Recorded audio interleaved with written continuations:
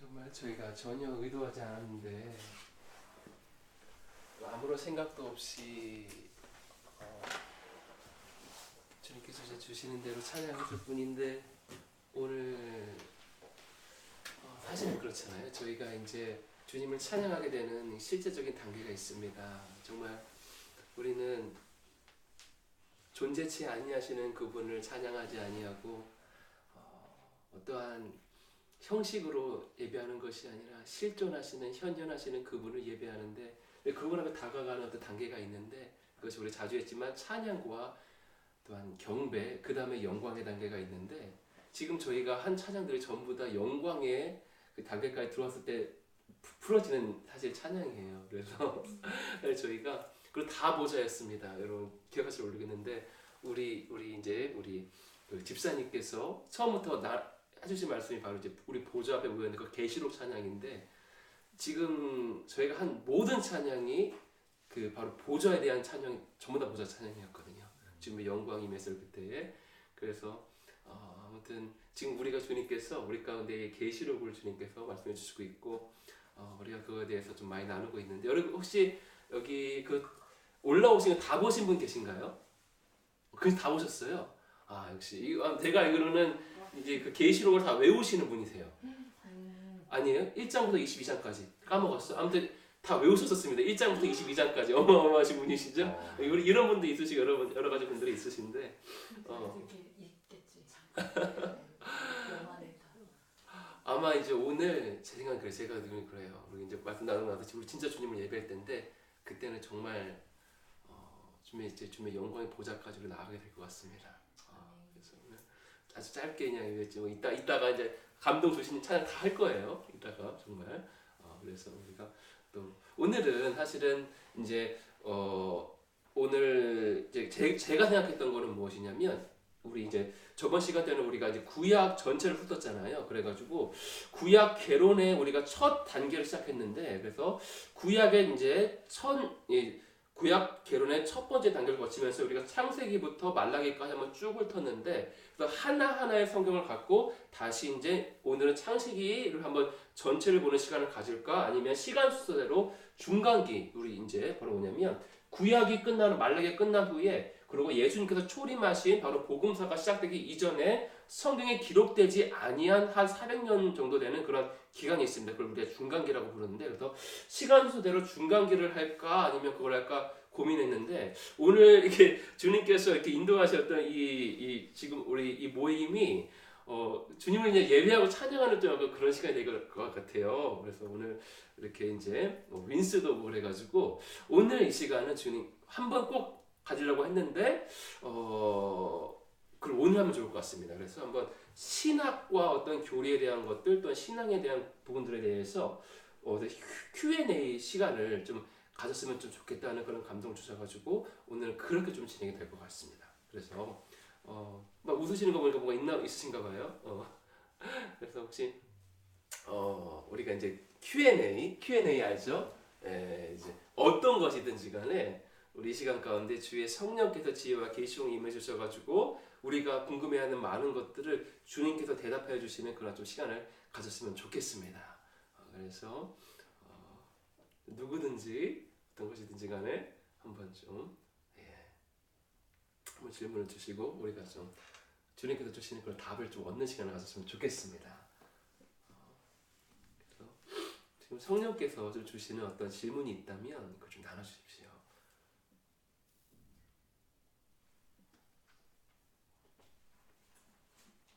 사실 우리가 이 노래할 때 세원대 보자가 들어갔잖아요. 그때 사실 그 전에 좀 생각하기 조금 질문이 약간 좀 뭐라고 하지 굳이 이런 질문을 해? 막 이런 생각도 있었지만 사실 그게 보자가 포인트였어요. 뭐냐면 그 요한계시록에 이제 이기는 자는 나와 함께 내 보좌였는다고 되어 있더라고요. 영어가 그게 맞나요? 다시 한번 뭐라고요? 그 주님의 보좌였는다. 내 옆에 앉는다 어떤 그런 의미가 아니라 나의 보좌에 너가 앉는다. 라우디게아 교회. 그리고 내가 또 나의 아버지의 보좌에 앉듯이 뭐 이런 얘기가 있어서 전 그게 궁금했어요. 주님의 자리에 우리가 앉고 주님이 뭐 아버지의 보좌에 앉고 이것이 정확히 무슨 의미인가? 사실 지금 만약에 제가 이번에 마지막으로 올린 그 7, 8강 강의를 들으신 분이라면 지금 이제 제가 나누는 것에 대해서 어렵지 않게 좀 이렇게 얻으실 수 있을 것입니다. 근데 만약에 못 들으신 분이시라면 그러면 이게 쉬운 내용은 아닐 거예요. 사실 7, 8강 자체가 쉬운 내용은 아니거든요. 그래서 일단은 뭐 짧게만 대답하면 라오디게아 교회에 이기는 자들한테 주신 약속이 바로 장가사님께서 말씀해 주신 바로 그 내용이에요. 바로 이제 뭐냐면 이거 우리만 봐야겠습니다. 그래서 이제 교회에 이기는 자들한테 주님께서 약속을 주시는데 7교회 가운데에 근데 다른 모든 교회에게 주신 약속보다 마지막 라오디게아 교회 가운데 주님께서 주신 그 이기는 자에 대한 약속이 최고의 영광이에요. 그러니까 내가 앉은 보좌에 함께 앉게 해주겠다. 그대로 읽을게요. 계시록 3장 21절입니다. 이기는 그에게는 내가 내 보좌에 함께 앉게 하여 주기를 내가 이기고 아버지 보좌에 함께 앉은 것과 같이 하리라. 그러니까 예수 그리스도께서 아버지 성부의 보좌에 이기는 자가 되어서 앉으셨습니다. 그래서 그 성부의 그 보좌에 내가 앉아 있는데 그와 같이로 교회에 이기는 자들의 지금 내가 앉아 있는 이 보좌에 너희가 함께 앉게 해주겠다 하시는 거예요. 이해되시죠? 그러니까 이건 뭐냐면 우리가 이미 알고 있죠. 성부가 보좌가 여기 있어. 성부 보좌가. 성부보좌가 여기 있어. 이렇게 있어요. 보좌가 어떻게 생겼냐? 계속 4장이랑 에티겔부터 보면 좀 더 자세히 나와요. 아주 그냥 우리가 생각하는 그냥 의자가 아니에요.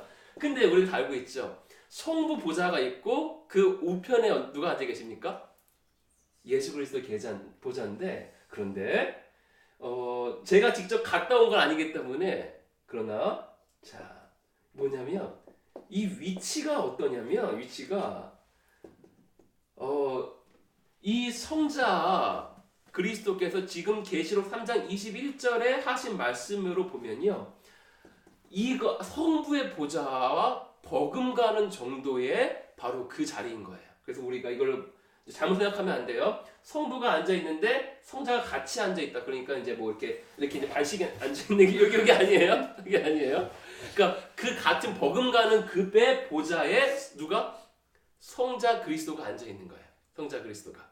그리고 이기는 그에게 교회에 이기는 자들 주님께 하신 약속은 뭐냐면 여기 이제 셋이 이제 이렇게 앉아 있는 것이 아니라 그의 버금가는 그 이제 이 보좌에 함께 앉게 해주겠다는 그런 바로 예수 그리스도의 약속이신 것입니다. 그렇죠. 그러니까 이거는 정말 어마어마한 영광입니다. 정말 최고의 영광입니다. 이거는 여러분이 얻을 수 있는 최고의 영광이 바로 이 영광인데 계시록 7, 8장 강해를 보신 분이라면 알고 있을 거예요. 바로 뭐냐면 이것이 교회에 이기는 자에게 주님께서 주신 약속이고 그리고 바로 이것이 고린도서 15장의 해의 영광입니다. 그리고 이것이 계시록 14장의 14사천입니다. 그리고 계시록 12장의 남자아이입니다.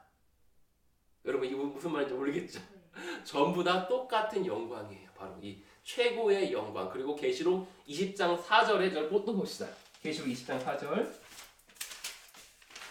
여러분 한번 제가 올린 그거 한번 꼭 보세요. 어렵더라도 여러분이 반복해서 들으면 여러분 알 수 있을 거예요. 이번에 7, 8강 올린 거. 아주 중요한 부분입니다.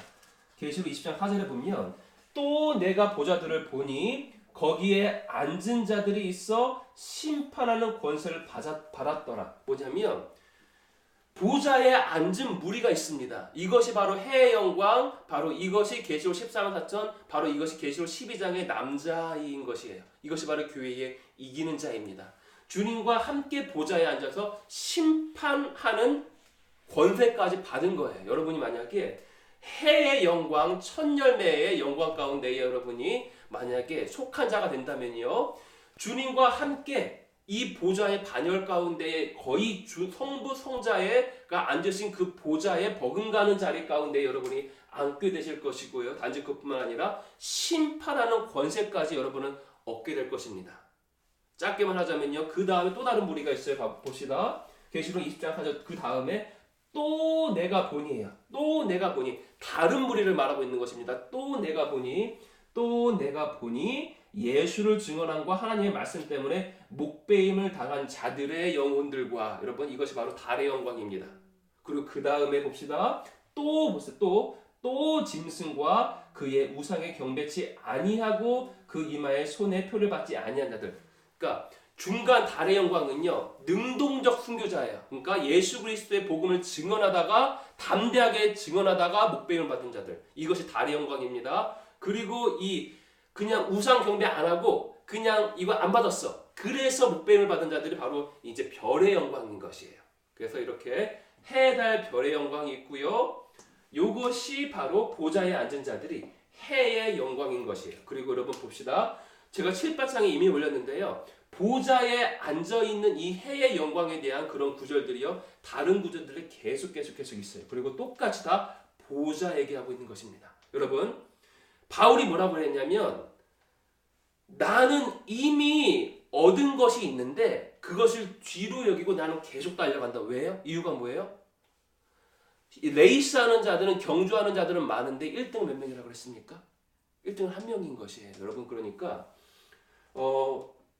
일단은 여기 오신 분들은 일단은 이 리더십 훈련학교에 오신 분들이라고 제가 가정하고 한다면요. 제가 왕의 집에서 하는 메시지랑 여기서 하는 메시지는 때로는 천차만별로 다릅니다. 그래야 해서 왕 같은 제사장이라고 하면요. 제가 만약에 그냥 평신도를 대상으로 왕 같은 제사장 할 때는요. 우리 모두가 왕 같은 제사장입니다. 할렐루야. 우리 구약시대에는 그냥 우리 타이틀 받은 레위인과 제사장만 제사장이었습니다. 그러나 새언약 시대 가운데 우리가 모두가 왕 같은 제사장입니다. 이렇게 합니다. 막 우리들의 막 그 자신감을 고취시켜주고 막 우리들의 정체성을 막 그냥 그렇게 해요. 그런데 만약에 제가 리더십한테 왕 같은 제사장에 대해서 만약에 가르친다면요. 이것은 여러분 잘 보십시오.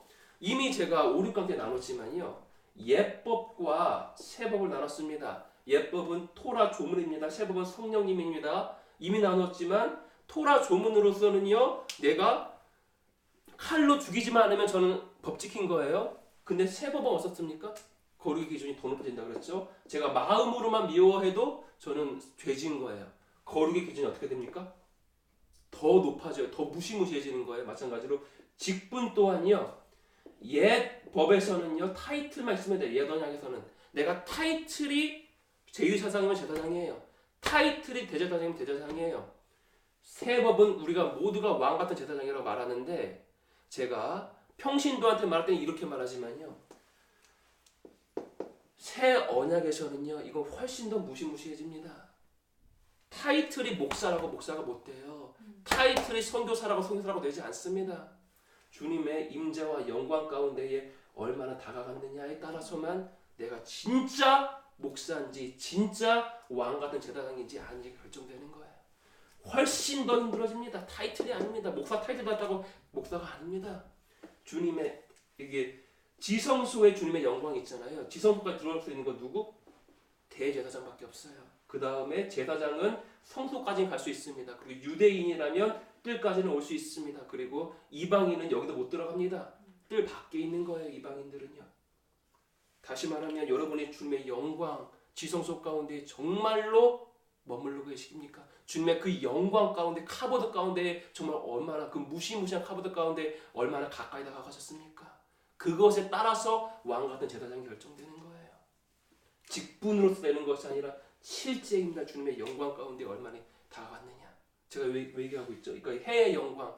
여러분 7, 8장, 5, 6, 7, 8장 꼭 한번 보십시오. 그치? 좀 다 해답이 되었나요? 해답이 되었어요? 예. 네. 우리가, 그러니까 내가 말하는 뭐냐면, 우리가 안다면, 이걸 배웠다면, 우리들의 목표는 뭐가 되어야 될까요? 해의 영광 돼야죠. 해의 영광 돼야죠. 해의 영광 돼야죠. 예, 이건 정말요, 최고의 영광입니다. 최고의 영광입니다. 최고의 영광입니다. 경주하는 자는 많으나 1등은 한 명입니다. 우리는 정말 최고의 영광을 목표로 해서 달려가는 거예요. 계속. 아멘. 아멘. 아멘. 아멘. 네. 그러면 궁금한 게 저 보좌에 앉잖아요. 예. 근데 저거는 이제 새하늘과 새 땅에서 이루어질 건가요? 그러니까 이제 영적으로는 뭐 지금 주님과 함께 통치하고 이런 게 있지만 실질적으로 않는 의미라면 그게 새하늘과 새 땅에서 저도 그렇게 봐요. 천년왕국에서 일단은 함께 주님과 다스리긴 할 텐데 이렇게 막 앉아 있고 이런 거라면 새하늘 새 땅이지 않을까 봅니다. 천년왕국에서는 저는 그러니까 이렇게 막 그 완전한 천국을 누리기보다는 천년왕국의 무대는 지구입니다. 지구. 이 땅이에요. 그러니까 천년왕국에서 막 이렇게 막 보좌가 막 기고 그렇지는 않을 것 같아요. 이거는 새하늘 새 땅에서 그리고 물론 20장이 지금 그러니까 이제 천년왕국의 어떤 한 그 모습이긴 한데 저는 이것은 그거지 않을까 봐요. 새하늘 새 땅이지 않을까 생각합니다. 계시록 20장 자체는 사실은 천년왕국의 내용인데 요한이 20장에서 이 환상을 봤다고 해가지고 꼭 이것이 천년왕국의 환상을 봤다고 얘기할 수 없어요. 이거는요. 그렇기 때문에 가보면 정확하겠지만 근데 궁금한 게 그 새 예루살렘 내려와서 이제 그 땅의 예루살렘과 맞닿잖아요. 그것이 이제 내가 성경을 잘 이렇게 몰라서 그런 건데 그게 이제 내려와서 뭐 이 땅에서 있는 그거라면 또 뭐 새하늘과 새 땅에서 또 하나님의 그 예루살렘 거룩한 새 예루살렘이 또 나오잖아요. 그거랑 좀 그걸 차이를 모르겠어요. 바로 뭐냐면 지금은 그렇습니다. 지금은 마하나임이에요. 마하나임은 두 진영이라는 뜻인데 마하나임 지금은 마하나임이에요. 마하나임의 뜻이 뭐라고? 두 진영이라는 뜻이에요. 그러니까 지금 뭐냐면 지금은 지구가 있고 지금은 3층 천에 천국이 따로 있습니다. 그죠? 지금은 따로 있어요. 아직까지는요. 근데 천년 왕국조차 지나면요. 얘랑 어떻게 된다고? 하늘과 땅이 통일돼 버려요. 더 이상 마하나임이 아닙니다. 그래가지고 계시록 21장에 이게 내려와가지고 이제 붙어버려, 하나 돼버려. 그러니까 새 하늘 새 땅인 거예요. 그러니까 그건 단지 지구도 아니고 단지 천국도 아니야. 새 하늘 새 땅이야. 이게 바로 이제 이루어지는 거예요. 이게 바로 천년왕국 지나서 새 하늘 새 땅 가운데 이루어지는 것입니다. 그러니까 이거는 정말 정말 그렇죠. 보다 바다가 없어요. 바다가 없고 이건 이제 지구도 아니고 천국도 아닙니다. 아주 새로운 것이 창조되는 거예요. 새 창조, 새 피조입니다. 이렇게 되는 거죠.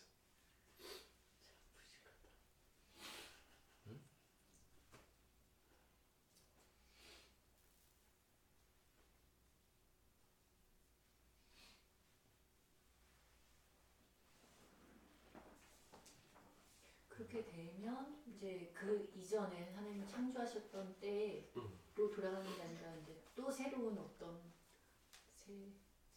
새로운 또 다른 그런 게 그렇죠. 새 피조가 이제 인간도 새 육신을 입고요. 그리고 지구도 이제 새 하늘 새 땅을 갖게 되는 거잖아요. 그러니까 저는 지금까지 열려 있는 주님께서 주신 계시의 수준으로는요. 여기가 이제 끝이라고 봐요. 여기가 끝이라고 보고 주님께서 또 다시 무슨 갑자기 무슨 이제 성경에 쓰이지 않은 계시에 대해서는 우리가 이렇게 말과할 거 없어. 그러니까 이후에 무슨 무슨 전쟁이 있고 뭐가 있고 막 이를 또 반역하고 이렇게는 생각하지 않습니다. 그러니까 성경에 쓰여져 있는 계시가 전부라고 왔었을 그때는요. 그러니까 우리가 이제 여러분은 이 지금 신학을 하고 있는 리더십들이니까 잘 보세요. 계시가 여러분 이 얘기 많이 들을 거예요. 막 말씀하는 막 성령 무슨 용서 말씀하는 그러한 어떤 목사님들이나 말씀하는 그런 교회나 교단에서는요. 계시의 종결이라는 것을요. 굉장히 강조합니다. 계시가 종결됐다는 거. 여러분 이거 들어보셨죠? 그러니까 성경으로 계시가 종결됐는데 무슨 환상이니 무슨 이런 얘기 하는 사람들이 있어요. 근데 그 맞는 말은 뭐냐면 그 말은 뭐냐면요. 성경을 뛰어넘는 그러한 또 다른 계시는 일단 없어요. 그거 있으면요. 그건 진짜 우리가 있었는데요. 그러니까 몰몬경이나 막 이런 애들이 이제 몰몬교 이런 애들이 왜 이단되냐면 똑같이 심지어 막 예수 그리스도 말하기까지 한다니까요. 근데 왜 이단이냐면 성경 외에 또 다른 계시가 있다는 거예요. 그래가지고 몰몬경을 그냥 계시로 받았어. 그러니까 성경에 기록되지 아니한 또 다른 차원의 계시가 있다라고 말하는 거예요. 우리가 지금 받는 모든 계시, 환상이든 꿈이든 간에 그거는 있습니다. 근데 그거가 성경의 계시를 벗어날 수는 없어요. 성경의 계시보다 더 높은 차원, 성경의 계시보다 더 다른 계시가 있지는 않습니다. 계시는 종결된 거예요. 성경을 뛰어넘는 또 다른 계시는 없습니다. 그러니까 새하늘 새 땅 이후에 또 다른 무슨 막 인간들이 또 반역하고 뭐하고 이것에 대해서 우리가 알 수가 없어요. 거기에 대해서는 우리가 종결됐습니다. 성경을 뛰어넘는 계시는 없는 거예요. 이해되시죠? 이해되시죠? 네. 그래서 이러한 차원에서 계시는 종결됐습니다. 그러니까 새하늘 새 땅 지나가서 어떤 일이 있을지는 정확히 모르겠습니다. 또 인간 또 반역해가지고 또 무슨 뭐 이런 사건이 있을지는. 그런데 지금까지 열려진 계시의 수준으로는요, 창조가 있고 그 다음에 새하늘 새 땅이 이렇게 있죠. 이 기간은 영원의 기간에 비하면 정말 점도 안 되는 기간이거든요. 영원 가운데에 그냥 있는 아주 점밖에 안 되는 기간이야. 실천년은 정말 영원이니까. 이 영원 전과 영원 후가 있습니다. 그쵸? 창조 전의 영원과 창조 후의 영원이 있어요. 영원은 시간의 개념 자체가 없습니다. 영원인 거야, 영원. 근데 인간을 창조하고 새하늘 새 땅까지의 요 점 같은 기간 전과 후가 있어요. 그죠? 이 전에는 누가 있습니까? 이 전에는 하나님이 있어요. 성부, 성자, 성령이 있어요. 그 다음에 천사들도 인간 전에 창조되었습니다. 그렇죠? 천사들. 그런데 여기에는요, 똑같은 영혼인데 여기에는 없던 존재가 있습니다. 그 누구죠? 우리 인간이에요. 우리 인간이 이제 인간 역사 이전의 영혼보다 이때의 영혼이 진정한 완전한 영혼이라고 보고 있습니다. 그래서 이제 주님께서 사랑할 존재가 생겨진 거예요. 주님께서 아담과 하와를 창조하신 이유가 뭐냐면 아담에게 주님께서 말씀하신 것과 똑같은 이유예요. 여러분 이게 헷갈리시죠? 다시 한번요. 하나님께서 아담과 하와를, 그러니까 인간을 창조하신 이유가 하나님과 인간이에요. 하나님이 인간을 창조하신 이유가 하나님께서 아담한테 뭐라고 그러냐면 넌 나의 형상이라 그래요. 하나님의 형상인 거예요. 그러니까 이거에 아담한테 뭐라고 그러냐면 너 혼자 있는 것이 좋지 못해. 아담은 완전합니다. 천국입니다. 완전한 지능 갖고 있고 천국에 살고 있는데 왜 부족해요? 넌 내 형상인데 너가 부족하대? 그 말은 뭔 말이에요? 나의 형상이 부족하다. 그 말은 뭔 말이에요? 내가 부족하다는 거예요. 내가 완전하지 않다는 거예요. 그러니까 너 혼자 있는 것이 좋지 못해. 그러니까 하와를 만들어주잖아. 그죠? 하와가 신부죠. 신부의 히브리어라고 뭐라고? 칼라라고 했습니다. 칼라의 뜻은 뭡니까? 완성이에요. 그러니까 아담은 하와가 있어야지만 완성돼. 마찬가지로 하나님께서 신부인 인간이 있어야지만 완성된다는 아주 겸손하신 표현이신 것입니다. 그분은 완전하신데 인간이 있어야만 완전하신 거예요. 하나님께서. 그러니까 이전까지는 물론 이분은 스스로 완전하신데 이때는 정말 완전인 거죠. 이 완전히 쭉 이어진다고 생각합니다. 영원토록 사랑할 존재가 이제 생긴 거예요. 이 존재는 신급입니다. 시편 80몇 편이죠? 4편이냐? 너희는 신들이라. 그러니까 하나님 수준이 돼가지고 이렇게 같이 사랑하는 거예요. 하나님과 사랑하는 거예요. 정말. 그거는 당연히 천국을 들어간 자들이 그쵸, 당연히. 해당되는. 그쵸. 예.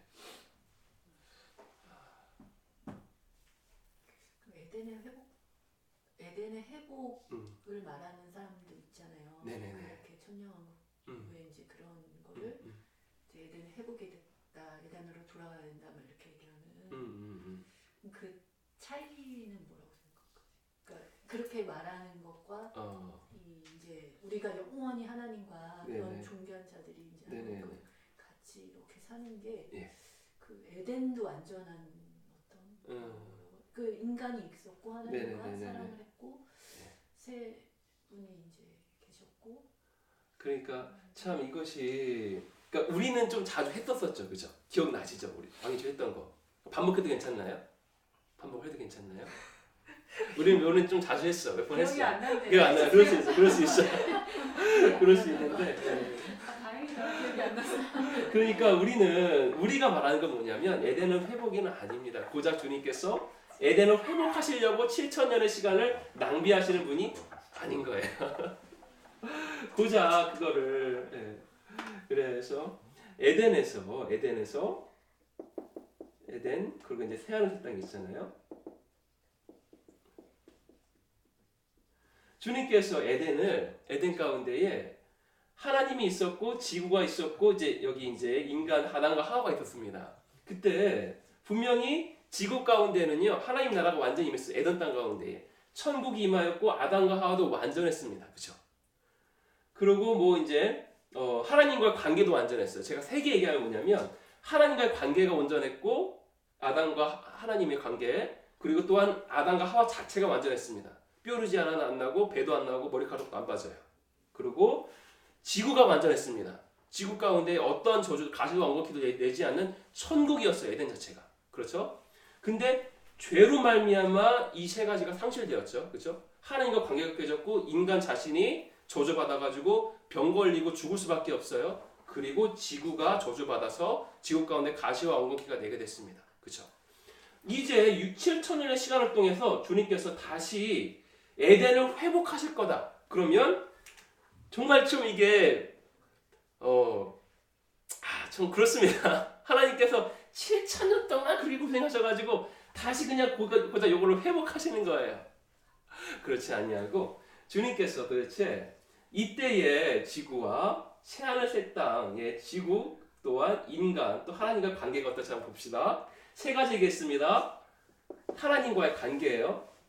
두 번째는 인간 자체입니다. 자체. 그 다음에 땅입니다. 이 세 가지가. 요 세 가지가 죄로 인해서 상실된 건데 완전했던 것이 근데 7,000년 이후에 새하늘 땅 가니까 이거 다시 그냥 회복됐어. 고작 그것이 아닙니다. 봅시다. 이때의 아담과 하와의 관계는요 완전했습니다. 그렇죠? 분명히 완전했어요. 그래서 아담이 하나님 그러면 하나님께서 왜 아담아? 관계에 걸림이 없어요. 완전한 죄가 없으니까. 그리고 하나님께서 아담아 그러면 왜요? 이해되세요? 이 관계 가운데 뭐가 관계가 완전해요. 관계가 완전합니다. 이 관계가 죄로 인해서 상실되었는데 새하늘 새 땅 들어갔었을 때의 인간과 하나님의 관계가 어떠할까요? 고작 이것이 회복된 정도일까요? 우리가 자주 했지만 아담과 하와는 다시 한번 사랑하는 완전한 사랑 가운데 있긴 했어요. 그죠? 아담은 하나님을 사랑했고 하나님도 아담을 사랑했습니다. 관계가 완전합니다. 관계 가운데에 죄가 없기 때문에 관계가 단절되어져 있지 않습니다. 관계가 완전한 관계입니다. 그러나 아담과 하와가 모르던 그 사랑을 새하늘 새 땅에 있는 인간들은요 알고 있습니다. 그 사랑이 무엇이죠? 그 사랑이 무엇이죠? 여기서부터 4,000년 후에 올 십자가의 사랑입니다. 아담과 하와는 하나님의 사랑을 알았습니다. 하나님께서 나한테 이렇게 좋은 그냥 천국을 주시는 분이시구나. 나한테 이렇게 좋은 지능을 주시는 분이시구나. 하나님은 선하신 분이시구나. 하나님은 아름답고 위대하신 분이시구나. 하나님 나를 사랑하시는구나. 그 사랑을 아담과 하와는 알았습니다. 그러나 아담과 하와는 죄성 없이 태어났어요. 그죠?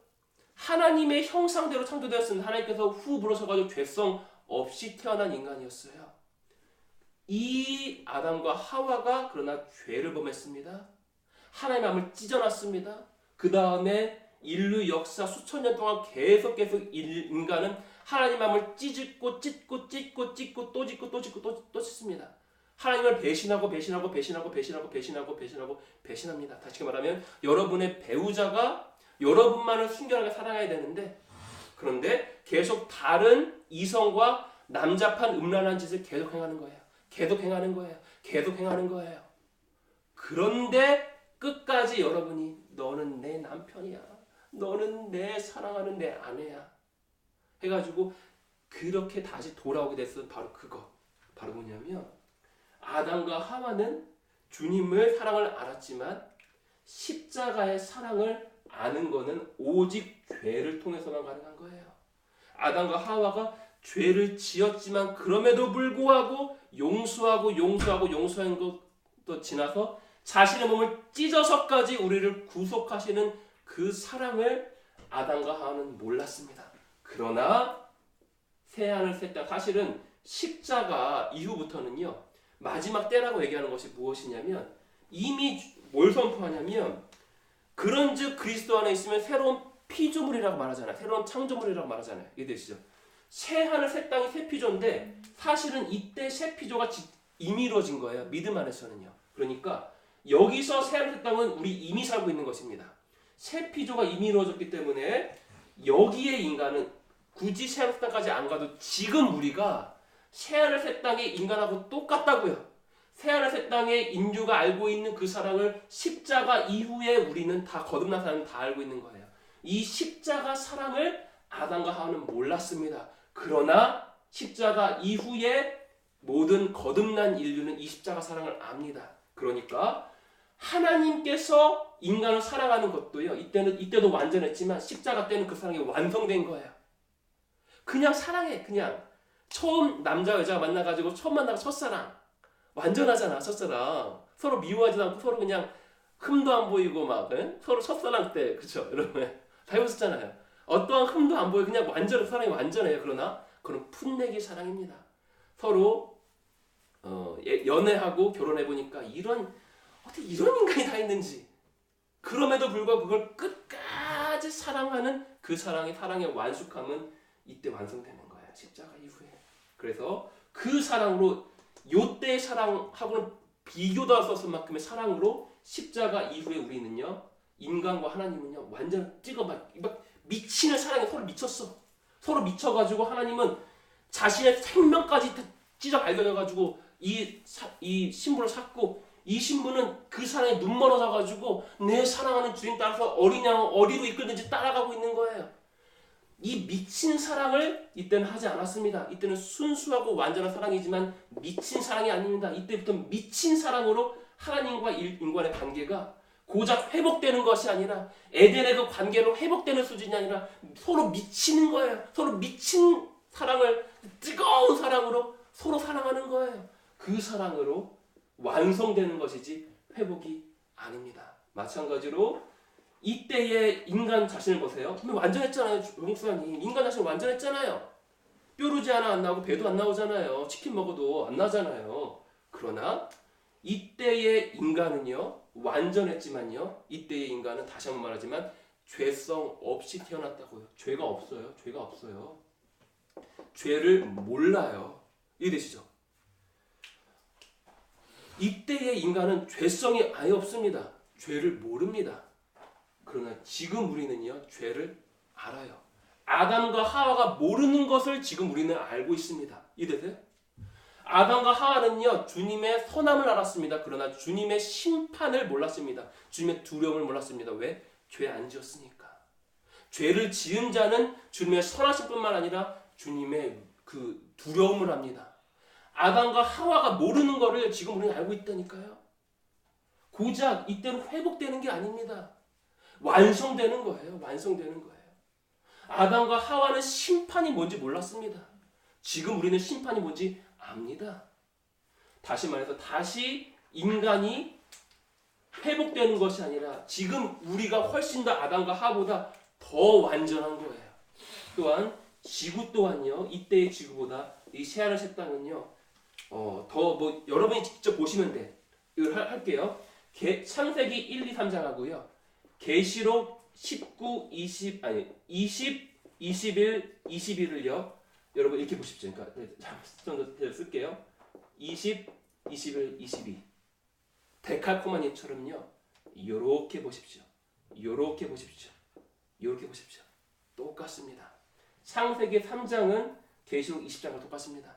창세기 2장은 계시록 21장과 똑같습니다. 창세기 1장은 계시록 22장과 똑같습니다.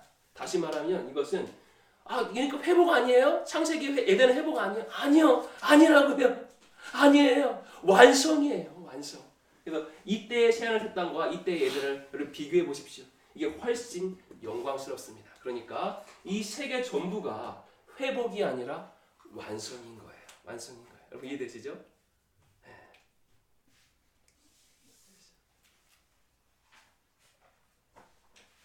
네, 마태복음에 네네. 다른 얘기인데 괜찮아요? 네네네. 14대 14대 14대 나오잖아요. 네. 근데 이제 저 어디에서 조금 얘기를 듣고 네네네. 세봤어요. 네, 하나 없어요.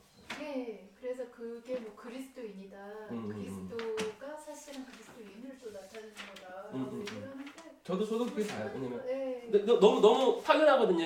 여러분 해보면 돼. 하나가 없어요. 14대인데 마지막 한 대가 없어요. 그것은 바로 이제 일부러 이제 뭐 성경이 그러니까 뭐 오류의 이게 아닙니다. 의도입니다. 의도적으로 쓰여진 것이죠.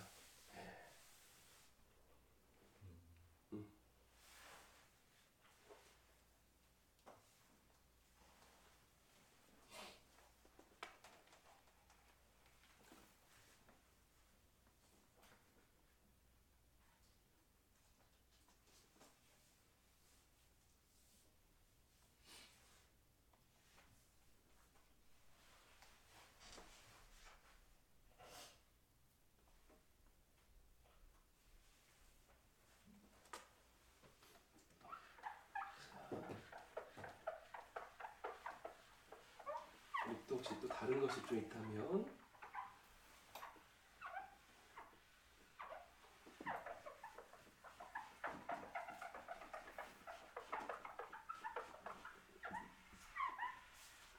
지난주에 예. 말씀 듣고 계속 사실은 의문인데 예. 여기 분들은 다 이미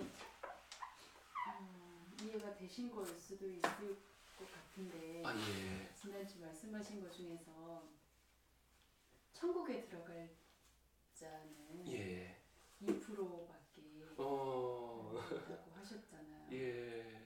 그리고 나머지는 그게 다 정해져 있는 거예요? 정해진 것이 아니라 정해진 것이 아니라 이제 뭐 성경에 일단은 뭐 성경에 기록되지 아니한 것은 우리가 막 선명히 알 수는 없으니까. 네. 근데 성경에 기록된 그러한 이거를 살펴본다고 하더라도 거의 그 정도라고 하더라고요.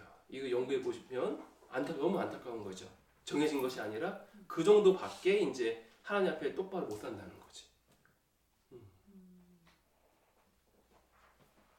그러나 이 마지막 때는 정말 대부분과 대조속에 있을 것을 믿습니다. 근데 뭐 사실 이것이 뭐 적혀진 계시가 아니기 때문에 또 그렇지 않을 수도 있어요. 근데 뭐 진짜 뭐 노아의 때 보면 정말 8명 빼고는 그러니까 전 지구의 온 인류가 지옥 간 거잖아요. 그렇죠? 그랬듯이 굉장히 구원받는 숫자가 그렇게 많지 않아요. 우리는 왜 예수님을 믿는 자는 다 천국을 간다라고 알고 있는데 네. 그래서 엄청 많을 거라 생각했는데 사실 지난주 2%라는 말씀이 좀 충격이 되더라고요. 그러니까 네, 그럼 더 정말 그러니까 진짜로 이렇게 예수님이 나를 위해서 죽으시고 뭐 부활하셔서 이거를 그냥 알고 있는 걸로 끝나면 안 되는 거죠. 네. 그분을 구주와 주로 모셔야 된다고 하거든요, 분명히.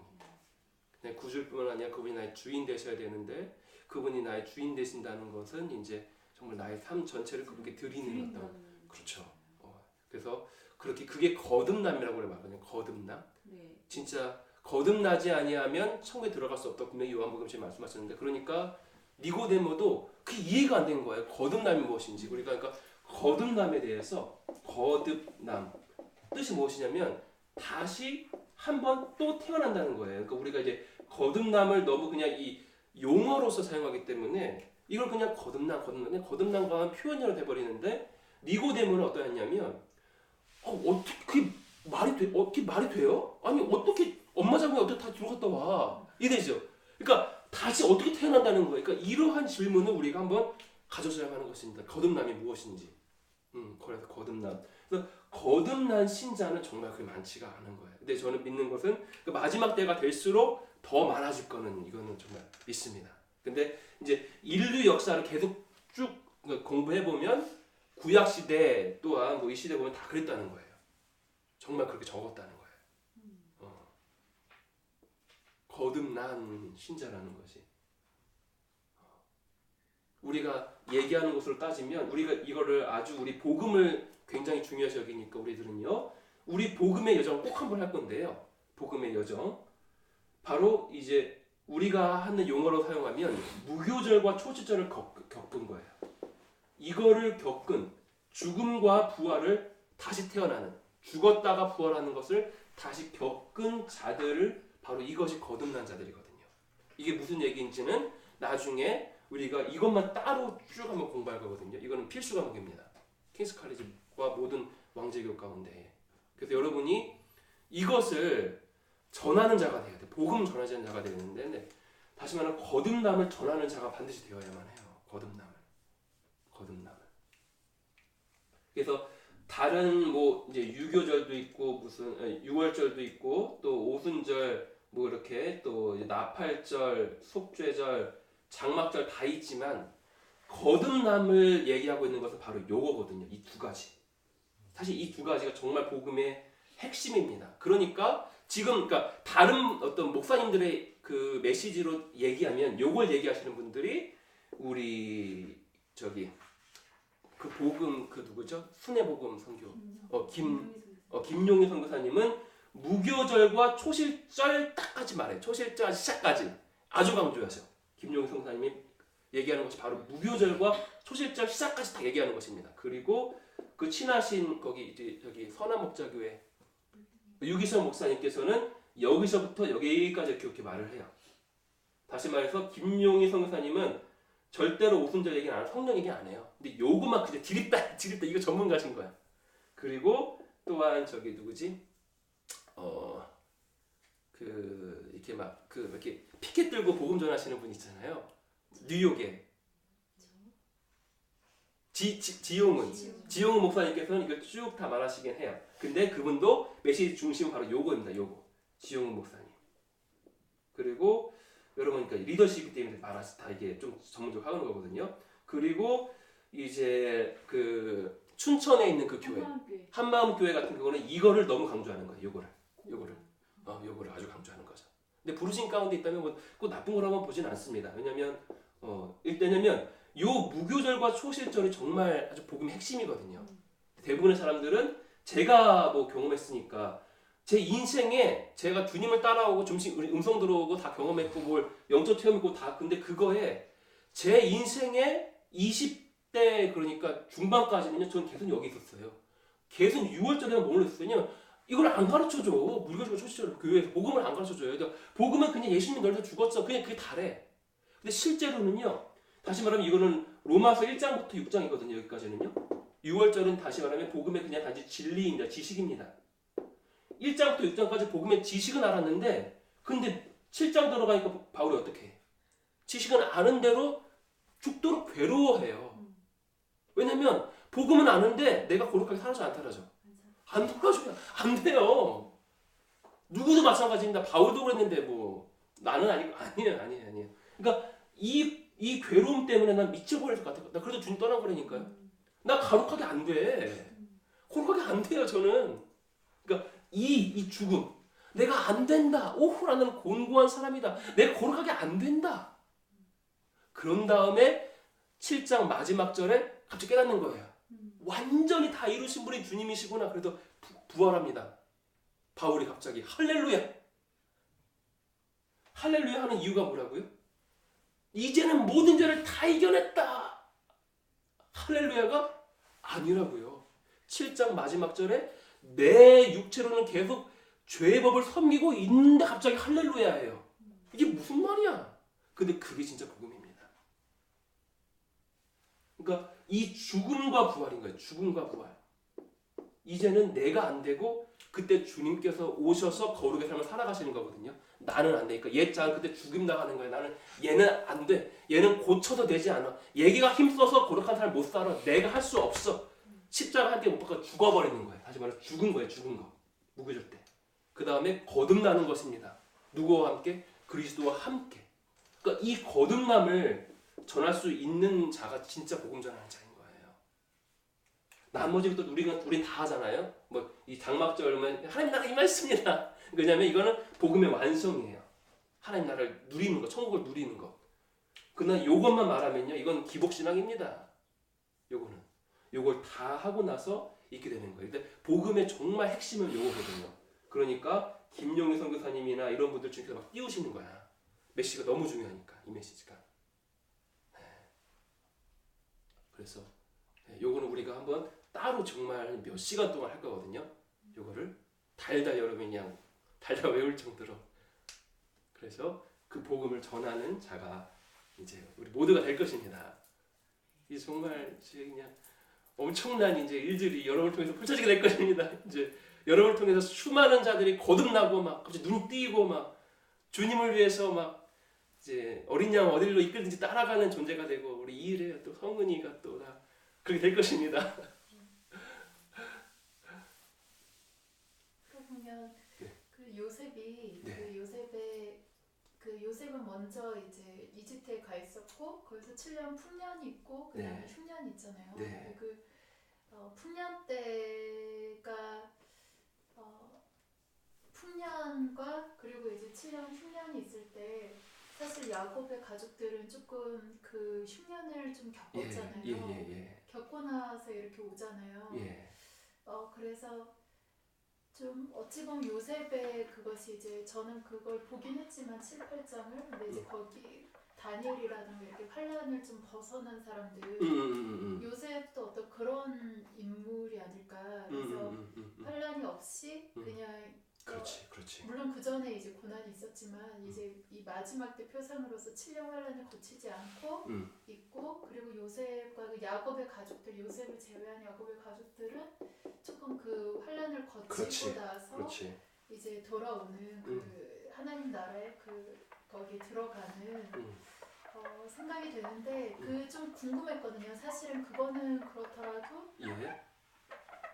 그 풍년과 그 흉년 사이 사실 제가 궁금했던 건 전에 사실 최근까지만 해도 지금도 사실 그걸 생각하다가 지금 생각이 나왔는데 그 주님이 이제 주님이 오시기 전에 어둠이 굉장히 강하잖아요. 7년 대환란이 있잖아요. 그러니까 저는 그게 좀 혼동이었거든요. 이 승리 주님 안에서 이제 하나님 나라 확장되고 승리하고 물론 순교도 있지만 그리고 복을 받고 또 이런 거랑 그리고 또 한편으로는 고난을 당하고 막 핍박당하고 진짜 어두움에 이제는 정말 막 죽임 당하다가 그냥 끝나는 어떤 이거랑 조금 그게 좀 애매했었어요. 근데 어쨌든 7년 대환란을 올 텐데 그 전까지 그럼 막 뭐 이런다고 뭐 막 승리한다고 이런 것도 조금 갑자기 너무 이렇게 판세가 너무 다른 것 같고 했는데 요새 그쪽을 생각하면 7년 풍년과 그 7년 흉년을 했을 때 그 추수가 그 7년 추수가 정말 그 영혼의 대추수를 또 의미하는 게 아닐까 그리고 하나님 나라의 확장을 의미하는 게 아닐까 갑자기 그냥 생각이 들면서 그런 생각이 들고 그리고 이제 거기에는 그렇게 나오진 않지만 이제 그들이 이제는 정말 휴거되고 나서 뭐 맡고 있다고 뭐 이랬잖아요. 스바냐인가? 어디에 보면 말이 두사가 없잖는데 뭐 맡고 있다. 막는 자. 막는 자. 그러다가 이제 그들이 이제 막는 자가 휴거가 돼버리면 이기는 자가 그러면 이제 그때 정말 7년 대환란이 이제 시작되는 건가? 그래서 7년 흉년을 의미하는 건가? 좀 라는 생각이 드는데 그게 맞나요? 이게 뭔 말이냐면 일단은 여러분이 처음에 얘기하신 거는요 바로 해달별에서 여러분이 그러니까 7, 8장 그 강론을 보셨다면 딱 무슨 얘기인지 알 텐데 계속 반복되는 스토리가 뭐냐면 여러분 중요한 게 뭐냐면 여러분 그거 관심 많잖아. 환란이 있는데 세상에 휴거가 여기다냐 이게 두 가지 이론이거든요. 그러니까 환란 7년 환란이라고 보통 얘기하는데 7년 환란 전에 휴가 받냐 아니면 후에 휴가 받냐 이것 때문에 그렇게 막 말이 많아요. 근데 이번에 8장에도 완전히 싹 다 정리했습니다. 정말 아주 그냥 헷갈리지가 않아요. 성경은 모호한 책이 아니거든요. 성경 너무나 클리어하거든요. 성경은. 그래서 짧게만 얘기하면 해의 영광은요. 해의 영광은 주님께서 분명히 보좌에 함께 앉게 해주고 그 다음에 그 환란을 피하게 해준다는 구절이 되게 많아요. 그리고 거기에 대한 설명들을 보면요. 계시록 12장의 남자아이도 난 다음에 곧바로 올라가요. 근데 여자는 남아있어요. 근데 여자는 핍박받아요. 다시 말하면 짧게만 하면 남자아이는 그러니까 해입니다. 해의 영광입니다. 그리고 달별이 함께 이제 여자예요. 여자. 남자아이, 여자. 그러니까 보좌로 올라가고 여자는 환란을 겪어요. 그래서 마찬가지로 7년 환란 전에 첫 열매거든요. 이들 남자아이는 휴거를 받아요. 그리고 대부분의 나머지 여자 교회는요 환란 가운데 들어갑니다. 그리고 그 후에 주님을 만나게 되는 거예요. 이렇게 되는데 요러한 이제 그 어떤 그 그림이 성경에서 계속 반복돼요. 왜냐하면 가장 뭐 유명한 것은요 에녹과 노아거든요. 에녹과 노아. 여러분 에녹이 죽음을 그러니까 환란을 경험했으니까 안 했습니까? 홍수라는 지구적 환란을 경험하지 않았어요. 여러분 에녹과 노아가 같이 살았습니다. 이때는 고고고고고고고고고고고고고 손자까지 같이 살아요. 한 달에 1000년 사니까. 그죠? 근데 그 노아와 가족은요. 환란을 경험하고 살아나요. 그렇죠? 그리고 해달 별도 안 되는 이건 다 구원 얻는 사람들의 얘기고 나머지 대부분은 지옥 가는 거고 그죠? 그러니까 이제 환란을 겪지 아니하는 자들, 환란을 통과하고 구원 얻는 자들, 그리고 환란 겪어도 지옥 가는 애들. 그러니까 이렇게 세 가지가 계속 나와요. 또 한번 봅시다. 아브라함 때에 아브라함은 이미 이기는 자의 삶을 살았습니다. 그러니까 소돔과 고모라를 택하지 않았어요. 그러니까 아브라함은 어때요? 아브라함은 환란을 안 겪어요. 그러나 롯은요 그 환란을 겪고 나서 구원 얻습니다. 그런데 소돔과 고모라의 나머지 그 백성들과 또한 롯의 아내 또한 어떻게 된 거예요? 지옥 간 거예요. 지옥 그죠? 확신하죠? 마찬가지로 다니엘 봅시다. 다니엘도요 마음을 정했습니다. 그러니까 풀무불에 들어갔어요? 안 들어갔어요? 안 들어갔어요. 새 친구는 들어갔으나 그 가운데도 구원 얻습니다. 그죠? 그리고 바벨론 백성들 다 이 심판 받은 거고. 그죠? 지금 간단히 얘기해서 또 다른 예는 뭐냐면 요셉은 이스라엘이 그 흉년 가운데 있었을 그때에 그러나 이집트 안에서 그 흉년을 겪지 않았다는 거예요. 요셉은. 그리고 야곱과 그 가족들은 흉년을 겪었으나 주님의 은혜 가운데 고센 땅으로 와가지고 이제 그 은혜를 누립니다. 그리고 애굽 백성들은 당연히 이제 지옥 가는 백성들을 이제 상징하는 거고요. 그걸 말하신 거거든요. 그러니까 요게 지금 저는 단지 그냥 이 어떤 그림들만 갖고 있지만 7, 8장 강론을 보면 제가 아주 자세한 선명한 그 구절까지도 다 예를 들어서 설명했습니다. 그러니까 여러분이 이거를 어렵지 않게 받아들일 수 있을 거예요. 그 다음에 얘기하신 것이 그러니까 7년 이제 환란 이거를 지금 어떻게 얘기하신 거냐면 요셉의 때에 애굽에 7년 풍년이 있었습니다. 7년 풍년 그 다음에 7년 그 흉년이 있었잖아요. 그래서 7년 흉년을 환란과 지금 이렇게 대비하신 거예요. 비교하신 거예요. 그러니까 7년 흉년을 7년 환란이라고 얘기하면 7년 환란 전에 뭐가 있을까요? 7년 풍년이 있는 거잖아. 풍년이 있는 거잖아. 그래가지고 이때 대부흥이 있지 않을까 그 얘기하신 거예요. 대부흥 얘기하신 거예요. 그 다음에 근데 여기에 뭐가 있죠? 여기에 우리가 얘기한 바대로 하면 여기에 휴거가 있는데 누가? 천열매 최고 최상품은 휴거되잖아요. 휴거.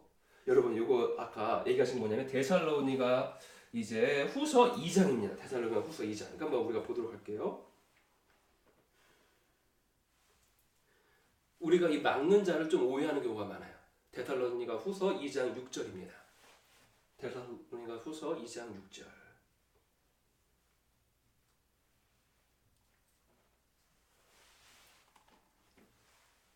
잠깐 읽어볼게요. 2장 6절.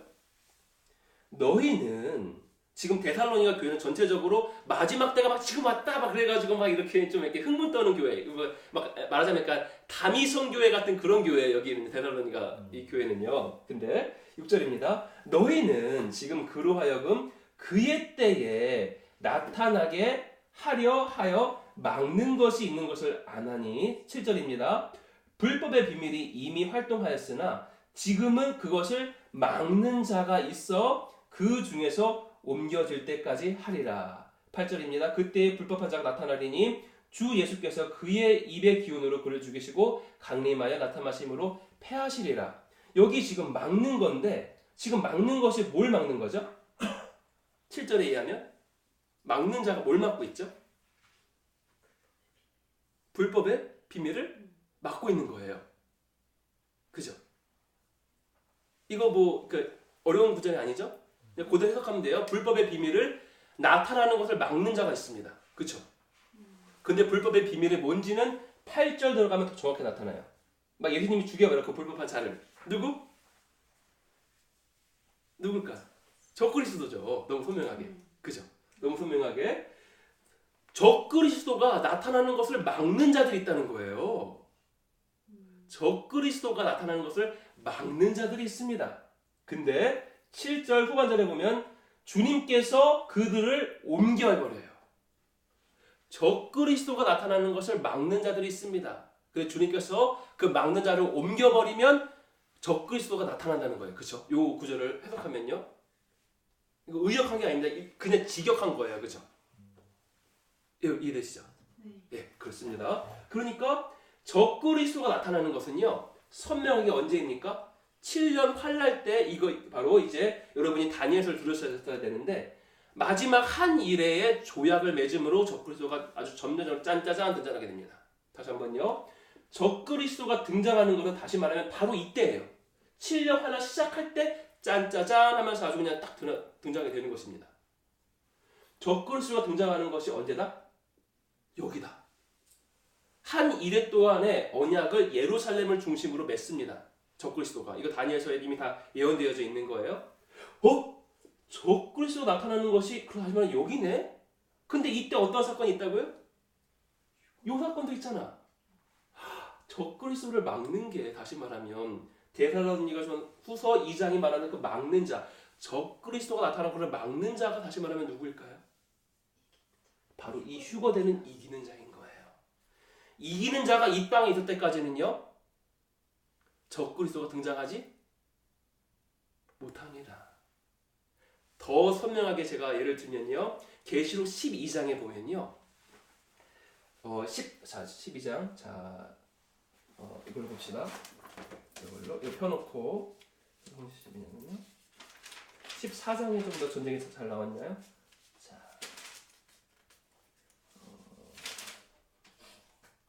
12장에 보면요. 일단은 여자가 남자아이를 낳아버려요. 그러니까 여자가 남자아이를 낳으니까 남자아이는 하늘로 올라갑니다. 5절이에요. 여자가 남자아이를 낳으니까 남자아이는 휴거돼. 그 다음에 여자는 도망가요. 근데 7절에 뭐가 나옵니까? 그 다음에 남자아이 이기는 자는요. 다시 말해 휴거될 자는요. 하늘로 올라갔어. 7절 어떻게 돼? 어디에 전쟁이 있어? 하늘에 전쟁이 있어. 근데 누구랑 누구 싸움입니까? 미카엘과 바로 사탄의 싸움인데 이때 잘 보십시다. 근데 미카엘과 또 누구가 있을까요? 남자아이가 있는 거예요. 이미 올라갔으니까. 그러니까 사탄이 집니까 이깁니까? 사탄이 져요. 그래가지고 9절입니다. 8절입니다. 이기지 못하여 하늘에서 있을 곳을 얻지 못해서 누구가 사탄이. 그래가지고 8절에 땅으로 내려오는 거예요. 땅으로 내쫓기니 9절. 여기 보고 계시죠? 12장 9절 땅으로 내쫓기니. 다시 말하면 사탄이 땅으로 하늘에서 못 이겨도 내쫓기는 거예요. 그러니까 이기는 자가 있는 곳에는요. 사탄, 이 용이 나타날까 나타나지 못합니까? 못 나타나요. 명백하게 이 막는 자는요. 바로 남자아이, 이기는 자, 천열매 휴거될 자 있는 것입니다. 휴거될 자가 근데 하늘이 없고 어디 있어? 이때까지는 어디 있어? 땅에 있어요. 7년 이때까지는. 그러니까 예수님이 그렇죠. 이거 나중에 그거 7, 8장 보시면 다 나와요. 예수님이 또 이제 그건 맞는 말인데 더 구체적으로는 왜 남자아이가 휴거될 자인지 나옵니다. 그래서 이 남자아이가 땅에 있으니까 적그리스도는 등장 못해. 그 대신에 뭐가 있는 거예요? 남자아이 때문에 뭐가 있을까요? 7년 대부흥이 있을 거라고 이제 그렇게 얘기하신 거예요. 그러니까 저도 이렇게 봐요. 그러니까 정말 이기는 자, 정말 이기는 삶을 살고 있었냐 바울처럼 이러한 사람들이 마지막 때 주의 성령께서 요엘서에 예언하신 그대로 남녀노소에게 아이들은 뭐 이렇게 예언하고 다 청년들은 환상 보고 그러잖아요. 그러니까 남녀노소를 구분하고 성령을 막 부어버리시니까 이기는 자가 어떡할까요? 막 생겨요 이제는요. 그 마지막 때 정말 영광스러워요. 2%가 아니라 수많은 자들 구원을 얻을 것인데 이기는 자가 어마어마하게 많아지는 거예요. 여기 이때에. 그러니까 이 땅 가운데에는 막 부흥이 일어나는 것입니다. 그들에 의해서 이기는 자에 의해서. 그러니까 사탄은 등장 못해. 적그리스도 등장 못해요. 그런데 이 이기는 자가 어떻게 됩니까? 휴거되니까 이제 불법의 비밀을 가지고 있는 그 불법의 자가 막는 자가 없어지니까 등장하더라. 계시록 데살로니가 후서입니다. 적그리스도가 등장하게 되는 거예요. 막는 자는 없어졌어. 적그리스도 등장해서 그럼 뭐야? 환란이지. 이런 식으로 되는 거예요. 근데 봅시다. 요거를 조금만 더 보자면요. 우리 그 이성희 목사님께서 정말 너무나도 이제 마음이 우리가 이제 아프지만 따님께서 결혼하셨어. 따님이 결혼하셨습니다. 근데 너무나도 이제 이 귀한 그런 남자분과 결혼했어요. 그런데 그러니까 있는 그대로 얘기를 하면 그 남자분한테도 주님께서 종으로서의 부르심을 줬다고 들었습니다. 제가 이성희 목사님한테. 그런데 순종치는 못하시고 이렇게 이제 일반 직업을 가지신 거예요. 그런데 주님께서 저는 이분의 삶을 통해서 주님께서 우리들의 그 받으셨다고 보는데 따님께서 아들 이 남자 그분과 결혼하셨는데 정확하게 몇 년 살고 나서 이 남편분이 그러니까 사위가 소천하셨어요. 정확히 몇 년? 7년 살았어요. 7년. 그리고 나서 무슨 병이 중풍이었나? 그 병 걸리셔가지고 소천하신 거예요. 너무 건강하다가 전혀 무슨 아무리 병도 없다가. 근데 그 병을 걸리신 때가 7년 중에서 언제일까요? 여러분 다니엘서에 이 마지막 7년 한 일의 환란에 대해서 이야기하고 있는데 적그리스도가요. 이때는요 막 평화조약을 맺을 확률이 높아요. 그리고 처음에는 아주 그냥 이 평화의 모습으로 나타나 적그리스도가 마치 우리 김일성이 평화의 모습으로 나타났던 것처럼. 그런데 그 한 일의 언약의 7년 언약의 정확하게 중간에 가증한 멸망하게 하는 것을요 성전에 세우고 이때부터 더 진짜 핍박이 시작되는 것입니다. 이해되시죠? 적그리스도가 처음에는요 내가 너를 다 폭력적으로 압제할 거야 라고 등장하지 아니하고 평화의 모습으로 나타나는 거예요. 마치 김일성이 그랬듯이. 근데 중간에 갑자기 그냥 완전히 악마가 되어버린 거잖아요. 그러니까 마찬가지로 적그리스도가 평화의 모습으로 등장한 다음에 그 한 일의 중간에 멸망케 하는 가증한 것을요 세우고 그때부터 핍박 들어갔다고 분명히 다니엘서가 예언하고 있어요. 사위와 딸이 결혼을 7년 하신 후에 끝났는데 소천하셨는데 정확하게 3년 반이 지날 때부터 사위가 갑자기 병 걸렸어요. 그래가지고 이전까지는 정말 이러한 가정이 없을 정도로 아주 천국이었대요. 너무 그냥 남편과 사위와 따님이 너무 사랑해. 너무 천국이었대요. 세상에. 3년 반 동안. 그런데 딱 3년만 지나면서 갑자기 병 걸리셔가지고 중풍 걸리셔가지고 3년 반 동안 진짜 정말 아주 어마어마한 고생, 너무 아프시고 막 그 후에 호통하셨다고 합니다. 그런데 지금 따님께서 혼자 살고 계시는 거예요. 저는 이렇게 봅니다.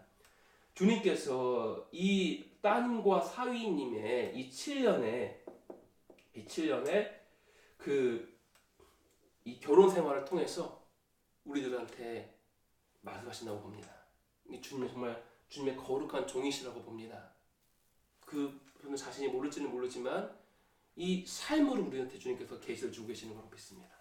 그래서 이 마지막 7년 환란도요. 정말 가운데부터는 정말 적그리스도의 압제가 더 시작되게 되는 거예요.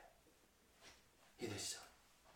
그래서 정리하자면 이기는 자들이 땅에 있을 때는요. 부흥이 일어나. 우리가 이기는 자입니다. 아멘?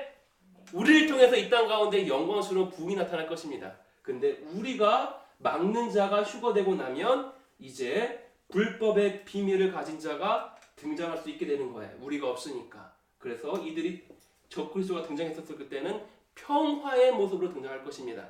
그리고 한 이레의 언약, 7년 언약을 예루살렘을 중심으로 맺을 거예요.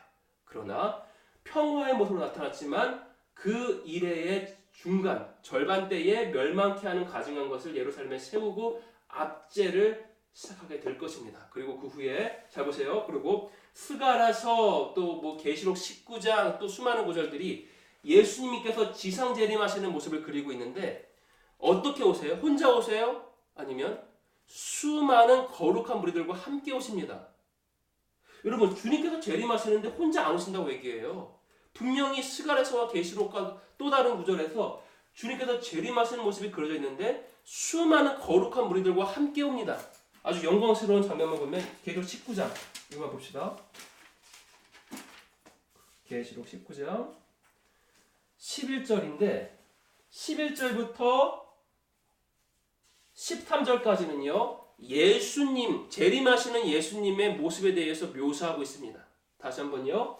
계시록 19장 11절부터 13절까지는 재림하시는 예수님에 대한 묘사를 하고 있어요. 그런데 14절부터는 그를 따르는 또 하나의 무리가 있어. 누구입니까?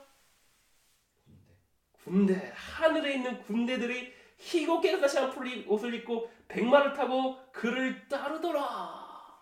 백마 군대가 예수님과 함께 재림하시는 거예요. 여기만 쓰이는 것이 아니라 계시록은 성경으로 푼다고 했습니다. 요 구절이 스가랴 몇 장 다 연결되는 거예요. 함께 수많은 무리들과 함께 재림하는데 여러분 이 누구일까요? 백마 군대 누구일까요? 백마 군대. 여기 다 나와 있어. 백마 군대가 누구일까요? 주님께서 이때 재림해. 7년 환란 끝날 때 재림해. 누구일까요?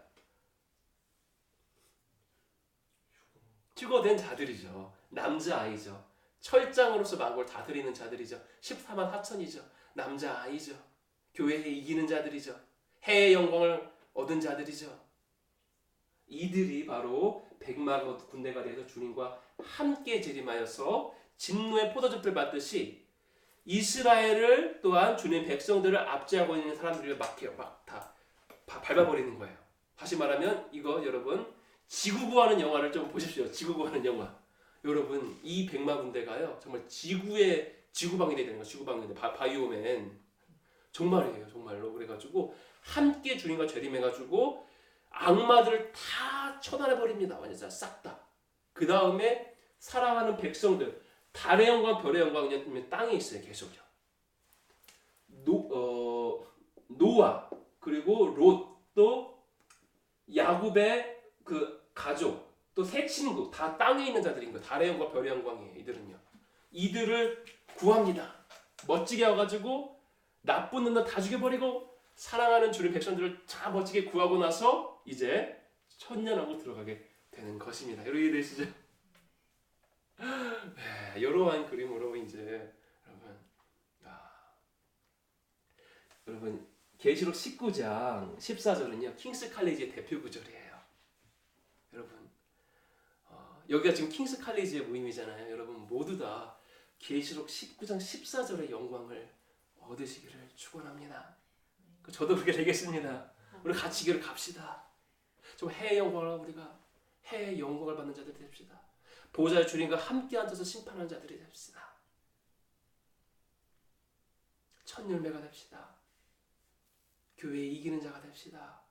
남자아이가 됩시다. 휴거를 얻는 자가 됩시다. 1등이 됩시다. 이렇게 하면 너무 이제 좀 사실은요 정말 이게 뭐라고 할까요? 쉽게 말할 수 있는 것은 아니긴 해요. 최고의 영광이니까요. 그러나 우리 이것을 목표로 삼십시다. 여기 오신 분들이라면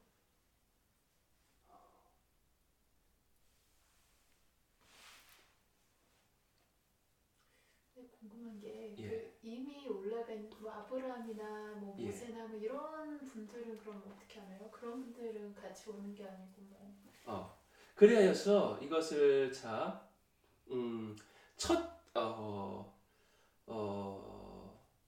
그 중에서도요 저는 해의 영광, 달의 영광, 별의 영광이 다 있을 거라고 봅니다. 그 중에서 주님과 함께 재림하는 것은 바로 해의 영광을 이미 죽은 자들 중에서도 해의 영광, 달의 영광, 별의 영광이 있겠죠. 그래서 구름같이 허다한 증인들은 거의 대부분이 해의 영광이라고 보고 있습니다. 제 생각은 그래요. 히브리서가 말하는. 그래서 여기는 삼손도 말하자면 해의 영광이 될 수 있을 거라고 저는 봅니다. 왜냐하면 히브리서가 기록하고 있는 구름같이 허다한 증인들이기 때문에 아무튼 간에 뭐 그저 맞든 아니든 간에 이미 죽은 사람들에서도 해의 영광, 달의 영광, 별의 영광이 있는데 별과 별의 영광이 다 다르더라.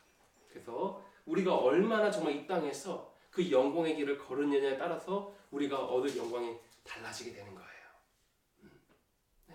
우리가 얼마나 정말 영광의 길을 걸었느냐에 따라서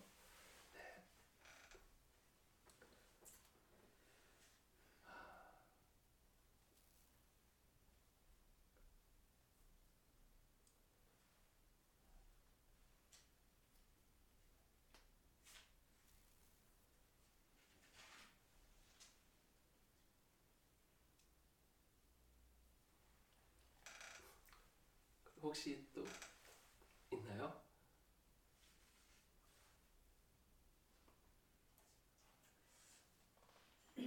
그러면은 우리가 이제 영광을 얘기하고 휴거를 얘기하고 이제 마지막 때 부흥을 얘기하는데 그 영광이 임하는 것이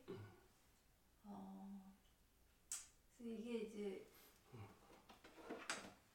제가 바르게 이해하고 있는 건지 모르겠지만 우리만이 아니라 진짜 한 세 사람이 이렇게 진짜 어떻게 보면 이방인과 유대인의 완성된 그곳에 영광이 임하는 거 아닌가. 그러니까 아멘. 우리가 우리 혼자서만 우리끼리만 막 영광을 구하고 그러니까 지금 목사님이 여기 이제 그 군대와 휴거된 자들 이제 14절에 우리가 이제 주로 우리에게 가장 중요한 핵심 구절에서도 14만 4천 명 말씀하셨잖아요.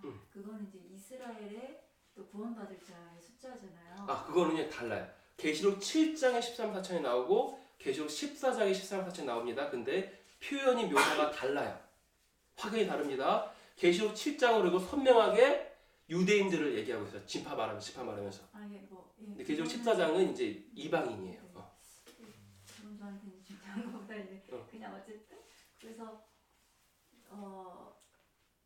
그 만약에 어느 한쪽만이라면 좀 뭔가 불완전하고 그렇죠, 당연하죠. 라는 생각이 들고 그래서 그 부분에 대해서 저희가 그러니까는 이스라엘을 빼고 유대인을 빼고 영광은 완전하지 않다. 맞습니다. 그래서 그 부분을 우리가 그러려면은 저희가 어떻게 어떤 마음가짐을 가지고 어떻게 기도를 해야 되는지 오늘 진짜 요거로 끝내면 될 것 같아요. 불완전함을 제가 느끼는 게 있어서 네네네. 오늘 요거로 끝내면 진짜 완전할 것 같습니다. 그래가지고 정말 이 시간이 너무 소중해요. 왜냐면 제가 이미 계시록 12장 강의를 이번에 다 끝냈거든요. 근데 거기서 지금 요걸 갖고 가면 전부 다 한번 쭉 하겠습니다. 여러분 다 봅시다. 이방인의 충만한 수가 차기까지는요. 자, 이스라엘이 좋게 돌아오기 위한 그것이 이방인의 충만함이 일단은 차면 그때 이스라엘이 돌아온다고 보면 말하고 있습니다. 이거 성경에 보면 다 알고 있는 구절이죠, 주민들의 여러분. 조금만 좀 이렇게 선두주자면 다 알고 있는 구절이야. 이방인의 충만한 수가 돌아오기까지는 이스라엘의 더러니까 이제 그 눈이 가려진 거예요. 비늘이 아직 있는 겁니다. 눈에 비늘이. 이방인의 충만함이에요. 이방인의 충만함. 다시 말하면 여러분이 정말로 이스라엘 사랑한다면 우리가 해야 될 게 뭐예요? 이방인의 충만함을 채워야 돼요. 이때까지는 이스라엘이 죽게 돌아오지 못합니다. 안 돼요. 이스라엘을 정말 사랑한다면 우리는 이방인의 충만함 가운데로 들어가야 하는 거예요. 이해되시죠? 성경이 그렇게 얘기하니까. 제 얘기가 아니니까. 누구 예언이 아니니까. 근데 이방인의 충만함이 도대체 무엇인가냐면요. 여러분, 유대인들을 여러분이 한번 직접 전도해 보시거나 사역해 보신 분들은 다 얘기합니다. 유대인들을 죽게 돌리기란요 정말 쉬운 일이 아니에요. 그런데 세큘러든 논세큘러든 이 유대인들 가운데에서 세속적이든 아니면 종교인이든 아니면 완전히 뭐 이렇게 모두 아니든 간에 모든 유대인 가운데에 뭐가 있다고 얘기하냐면 DNA가 있어요. DNA. 무슨 DNA가 있냐면요. 이 유대인은요. 어떤 유대인인지 간에 모든 유대인이라면요. 주님의 영광은요. 전부 다 반응해요. 종교적이든 아니면 종교 아니든 메시아니고 당연히 말할 것도 없는 메시아니가 아니더라도 모든 유대인들은요. DNA 가운데 주님의 영광이 그냥 다 알아채. 지금 우리 같은 경우에는 주님의 영광 솔직히 여기 임하면 좀 이렇게 주님의 임재 임하면 우리 얘네 주님의 성령님이 있는 우리들은 막 주님의 임재를 막 느끼잖아. 근데 불신자가 왔어. 솔직히 이래도 그래. 이래도 보면 우리는 주님의 임재 느끼겠는데 이래는 막 이러고 있잖아요. 이해되죠? 이래도 아니고 완전히 그냥 무슨 뭐라고 할까요? 막 그냥 세큘러 세속적인 삶을 봤을 때 우리는 주님의 임재만 그러는데 걔를 와가지고 뭐 하는 거야? 저 이러잖아요. 유대인들은 안 그래요. 주님의 임재가 정말 떨어지면 다 반응해. 다. 이게 뭐냐면 이방인의 충만함이 바로 주님의 영광을 가져옵니다. 다시 말해서 잘 보세요. 아직 유대인까지 안 갔어요. 이방인의 충만함이 정말 주님의 영광을 가져오는 거예요. 이게 대표적인 예가 뭐냐면 우리가 이번에 이제 교토에 가가지고 만나게 될 그 애굽의 아주 귀한 종이 있습니다. 그 애굽 종이 우리 전체를 이끌고 가시는 그 종이 있어요. 애굽 종이 유대인의 아주 고위 계급의 사람들을 만날 일이 있었는데 그 전에 크리스천 컨퍼런스를 연 거예요. 그런데 그 크리스천 컨퍼런스가 뭐였냐면 다 쉽게 말하면 신의 성품의 7번째야. 팔복의 7번째야. 화평케 하는 자야. 그리고 형제 우애야. 그냥 주님 사랑하고 서로 사랑하고 있는 자들이 함께 모여서 주님을 예배했습니다. 그러니까 주님의 영광이 임해버렸어요. 그 바로 다음 이제 왜냐면 이 유대인은 메시아닉이 아니니까 예수님을 모르니까 예수님을 찬양하는 예배 부를 수는 없었어. 그 컨퍼런스에서 주님을 예배하고 난 후에 바로 이제 그 메시아닉이 아닌 그 유대인의 고위 계급을 초청한 거예요. 그러니까 갑자기 데이빗, 너 왜 뭐 한 거냐? 막 내 몸에서 전기가 막 흐르는데 어쩔 수 없이 말하면 예수 그리스도를 찬양하는 그 예배 가운데 예수님의 임재가 임했잖아요. 근데 메시아닉이 아닌 유대인이 와가지고 막 반응하는 거예요. 그 다음에 자기가 준비해왔던 그 유대인 고위 계급이 다른 메시지 안 하고 이 메시지 전했는데 그게 무엇입니까? 바로 시온산에 대한 그 전설을 얘기한 거예요. 바로 그 형제 우에 대한 것이거든요. 여러분 이반의 충만함이 뭐냐면 우리는 보통 충만한 수라고 우리 한국어 성경에 번역했기 때문인 건데 원어는 그렇지가 않아요. 이반인의 충만함은요. 저는 바로 이 성숙이라고 봅니다. 성숙. 그리고 신의 성품 그리고 팔복의 7번째 완성은 무엇입니까? 화평케 하는 거고 형제 우애예요. 이방인의 충만함은 쉽게 말하면 형제 우애입니다. 그냥 서로 사랑하는 거예요. 이게 다예요. 이게 충만함이 이방인의 충만함이에요.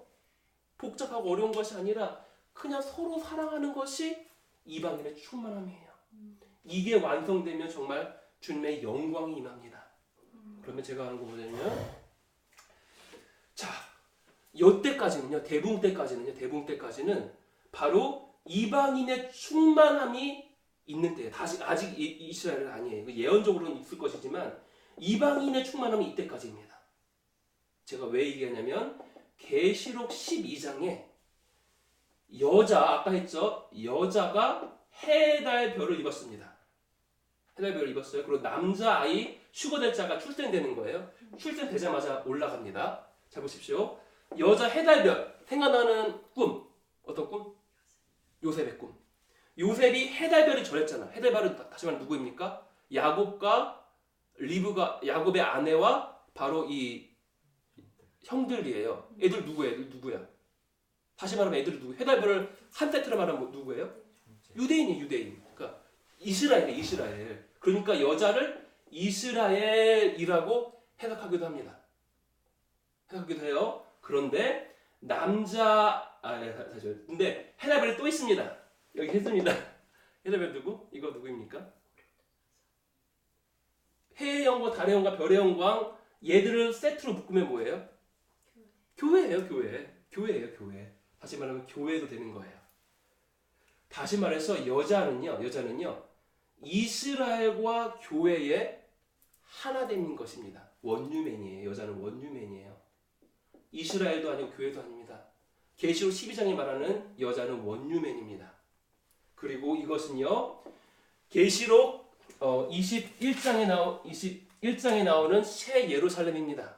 새 예루살렘은 여자라고 말해요. 조목사님이 껴맞춰요. 여기서는 여자고 여기서는 어린 양의 신부인데 왜 여자라고 해가지고 그냥 똑같은 일 해가지고 껴맞춥니까? 아니요. 갈라디아서에 예루살렘을 뭐라고 말합니까? 우리의 엄마라고 합니다. 엄마. 우리의 엄마라고요. 우리 엄마. 다시 말하면 여자는 원유맨이고 여자는 새 예루살렘입니다. 아무튼지간에 여자는 원유맨이에요. 근데 원유맨이 되니까 남자 아이가 출생되고 남자 아이는 휴거돼. 이 말은 무엇이냐면요.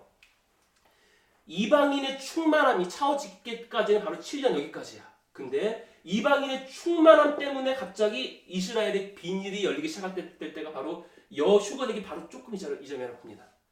그래가지고 이방인의 충만함이 채워지면 다시 말하면 이방인들끼리 서로 사랑하는 거예요. 이방인끼리의 그 사랑함이 충만하게 채워지는 게 먼저예요.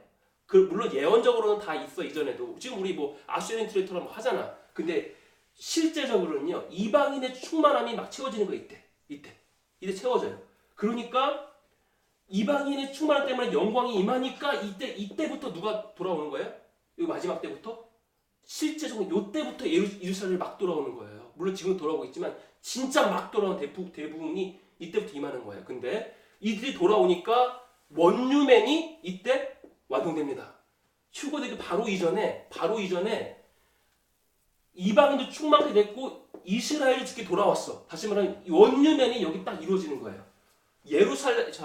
여자아이가 누구라고 했죠? 여자아이가 이스라엘도 아니고 교회도 아닙니다. 여자는 누구라고 했죠? 12장의 여자는 누구라고요? 원유맨이에요. 원유맨이 이때 완성되는 거예요. 그러니까 남자아이가 딱 출산되는 거예요. 그러니까 물론 이기는 자가 있었지만 진짜 휴거되는 남자아이는 이때 출산돼가지고요. 이때 이제 휴거돼버려. 남자아이가 휴거돼버려요. 그러면 그때부터 여기 이스라엘 안에서의 대붕과 대추수 얘기하는데요. 대붕 여기는 물론 이스라엘 복이 돌아오는데요. 좀 더 이방인의 충만함의 바로 대붕입니다. 근데 남자아이가 휴거되고 난 후에는 대추수 때 7년 할 때는요. 이스라엘이 죽게 어마어마하게 돌아올 거예요. 여기는 이방인을 더 중심으로 된 붕입니다. 여기는 바로 이스라엘 더 중심으로 한 붕입니다. 이해되시죠? 그러니까 전도사님 말씀하신 것처럼 원유맨이 돼야 되는데 원유맨도 그냥 되는 건 아니에요. 우리끼리 먼저 하나 되지 못하는데 유대인의 비늘을 우리가 제거할 만큼 이방인을 충만한 만큼 성숙하지 못한 거예요. 그러니까 우리가 보통 이렇게 얘기하잖아요. 일단은 시작은 남편과 아내가 시작이 한 가정이에요. 이 남편과 하나 되니까 이제 이 가족은 다른 가족을 섬길 수 있습니다. 그러니까 다른 가족을 많이 가족을 섬길 수 있어. 이 가족이 모인 게 뭐예요? 이게 교회예요. 교회 공동체. 근데 이 교회 공동체에 이제 담임 목사님과 또한 전도사나 장로님들이 하나 되었습니다. 서로 하나 사랑하고 있어. 그러면 이 교회는 이제 다른 교회를 섬길 수 있게 돼요. 그러니까 교회가 막 모여지게 되는 거죠. 그럼 이게 뭐예요? 도시예요, 도시. 이 도시의 최고의 하나님께서 세우신 영적인 지도자들끼리 서로 사랑하고 있습니다. 서로 하나 됐어. 그럼 주님의 영광이 임해요. 그러면 이 도시는 다른 도시를 섬길 수 있게 되는 거예요. 도시가 모인 게 뭐입니까? 나라입니다. 나라. 이 나라의 영적인 지도자들이 서로 사랑하고 있어. 그러면 이 나라는 성숙하기 때문에 다른 나라들 섬길 수 있어요. 나라가 뭐야? 이게 뭐예요? 이게 바로 이게 이방인의 충만함이에요. 이방인의 충만함. 나라, 이게 열방이 서로 하나 되는 거예요. 열방이 서로 하나 되고 나면 이때 이방인의 충만함이 채워지기 때문에 그때부터 이스라엘을 막 죽게 돌아오기 시작하게 되는 것입니다. 그러고 나서 열방과 이스라엘이 이제 하나 되고 나면 정말 그때는 이제 남자의 출생돼가지고 올라가고 그 다음에 이 7년 환란 때 이스라엘 가운데 엄청난 대추수가 있게 될 것입니다. 그러니까 여러분이 공부하셨다면 아시겠지만요. 그 세대주의 종말론을 우리가 전체를 다 따를 수는 없어요. 그런데 세대주의 종말론은 이 7년 환란 때에 이스라엘이 통과할 거라고 말하거든요. 부분적으로 맞는 말이에요. 그 말이. 왜냐하면 이스라엘은 이때 정말 수많은 자들이 죽게 돌아오게 될 것이거든요. 실제로 스가랴서와 로마서가 얘기하는 예언은 뭐냐면 이때 3분의 2가 다 죽어버려. 이스라엘이. 근데 3분의 1 전부가 죽게 돌아와요. 이때. 이스라엘 전체가. 3분의 1 남은 전체가. 그러니까 대추수는 이스라엘 대추수는 바로 이때 일어나게 되는 것입니다. 그리고 그러므로 전도사님의 질문 가운데에 정말로 우리가 이스라엘 사랑한다면 진짜 우리 먼저 정말 하나 되고 우리가 사랑하려 되는 거예요. 그리할 때 정말 우리가 이스라엘을 섬기는 자가 되는 것입니다. 그러니까 제가 올린 예전에 글들 중에서 정현호 사모님께서 언제 한번 제 글을 보다가 우셨대요. 근데 그 이유가 뭐냐면 이스라엘에 대한 계시가 바르게 열렸을 때라는 그런 글인데 제가 나중에 올릴게요. 거기서 말하는 것은 뭐냐면 멀리 있는 이스라엘 하는데 옆에 있는 한 사람 사랑 못하면 그 이스라엘 사랑하는 거 아니에요. 진짜 이스라엘 사랑한다면 옆에 있는 한 사람하고 사랑할 수 있는 이방인의 충만한 다시 말하면 성숙함 가운데로 다시 말하면 신의 성품의 7번째 그리고 팔복의 7번째를 지금 살고 있는 사람은 자기가 이스라엘을 몰라도 이 사람 때문에 이스라엘이 죽게 돌아옵니다. 이면 성숙했으니까 이방인의 충만한 가운데 들어오게 됐으니까 유대인의 눈을 띄게 할 수 있는 것은 이방인의 충만함입니다. 바로 형제 우애고 옆에 있는 한 사람을 사랑하는 것이 진짜 이스라엘을 사랑하는 거예요. 그러므로 우리가 물론 그렇다고 해가지고 우리가 이스라엘 얼마나 사랑해요, 정말. 정말. 근데 우리가 이제 이 형제 우애를 우리가 이루어야만 하는 것입니다. 그래서 우리 여기까지 좀 너무 길었죠. 이 정도 우리가 하고 나서